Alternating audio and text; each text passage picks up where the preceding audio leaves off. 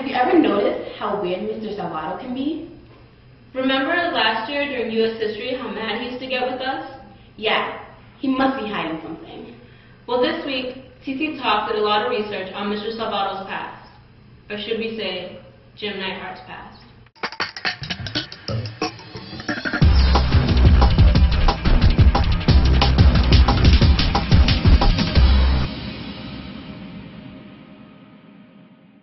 In 1990, Jim Neidhart graduated from Newport Harbor High School as the record holder for the shot put event in the state of California. An outstanding athlete, Jim felt he could use his talent in professional sports and pursued a career in the NFL. Many in high school thought he would be successful, but, as Mr. Becker recounts, he often showed signs of violence and anger. Yeah, I did have the opportunity to go to high school with Mr. Salvato. Except back then, when I knew him, we all knew him as Jim. And as school went on, as we got into the later years of school, he started to get really prone to incredibly violent outbursts. And I don't know if that's what led to it, but suddenly he was just gone. By senior year, we didn't see or hear from him again. Hey! You gotta pick the ammo, baby, because there's no way anybody is gonna need an ammo. You ever see an ammo drop on someone's head? Oh. Unfortunately, teams were not very interested in Neidhart, but the Oakland Raiders used him for their practice squad. Sadly, Neidhart fell into a period of depression because he felt his life was not being lived to its potential. Jim started making terrible decisions, using drugs and alcohol to ease his unhappiness, leading to his arrest. Once in prison, Neidhart was given time to reflect on his life and realize the decisions he was making would get him nowhere. Once out of prison, with renewed motivation, Neidhart decided to turn his life around and to find something he could commit himself to. This would be the turning point in his life. After being released from the Raiders, Neidhart met Stu Hart, a professional wrestling coach for Stampede Wrestling in Calgary, Canada.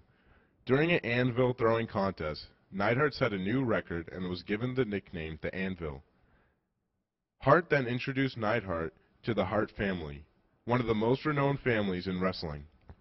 As an amateur, Neidhart quickly learned the fundamentals and made a name for himself in the wrestling scene.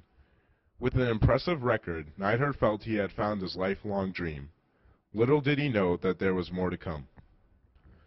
When Stampede Wrestling began having money issues, Stu Hart was forced to sell his wrestling group to Vince McMahon, owner of the WWF, or World Wrestling Federation. With the transfer, wrestlers Jim Neidhart and Bret Hart were part of the deal and would face new adversaries in WWF. Managed by Jimmy Hart, Jim and Bret formed the tag team of the Hart Foundation. Only a couple of years were needed for them to win their first tag team championship. Neidhart and Hart went on to win numerous other championships, including the Royal Rumble in '98. Finally, a time came where Bret wanted to see how he would fare in singles competition and left Neidhart, ending the Hart Foundation. That's not a happy woman. That's an intense woman. To say the least, and that's an intense human being, but look at this. The shoulder block by the Anvil. Macho Man moving back in with the elbow. Neidhart's wrestling career slowly diminished, having a short stint with Bret's little brother, Owen, forming the new foundation. Neidhart made his last appearance in wrestling at SummerSlam 2002.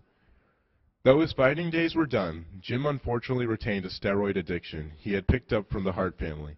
Since wrestling was over, Neidhart had nothing important in his life and moved to Brighton, Mass., and lived by himself in a single-room apartment.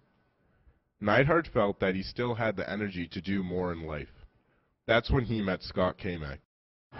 When I met Jim, he was very open about his past and the struggles he went through, but also very eager to change and seemed to have a real passion. So we thought, what a better place than to put him in a classroom teaching history. We didn't have a wrestling program, but we thought basketball, baseball might be a good opportunity for him to share his talents and passion. After Scott offered him a job at the school, Neidhart decided he would change his name, a name that no one would connect back to his past.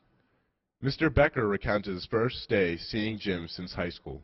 It wasn't until I was working here that I saw him again. He came into the building, and I said, "Oh my God, Jim, are you working here now?" And he said, "My name's not Jim." And he was really upset. He said, "I'm Mr. Patrick Salvato." I said, "Okay, sorry about that." This is Mr. Salvato, aka Jim Neidhart's own classroom. They say that his tag team belt and his world champion belt is hidden in him. We're gonna go take a look.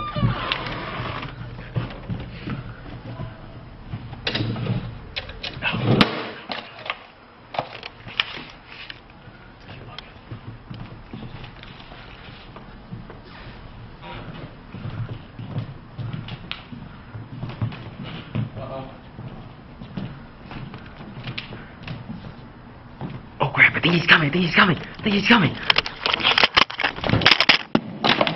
Oh my God! You ever see an ammo drop on someone's head? Oh! Now Jim has tried to put his past behind him and start fresh again as a history teacher at TC. Like Jim or anyone else, everyone deserves a second chance. Leave me alone.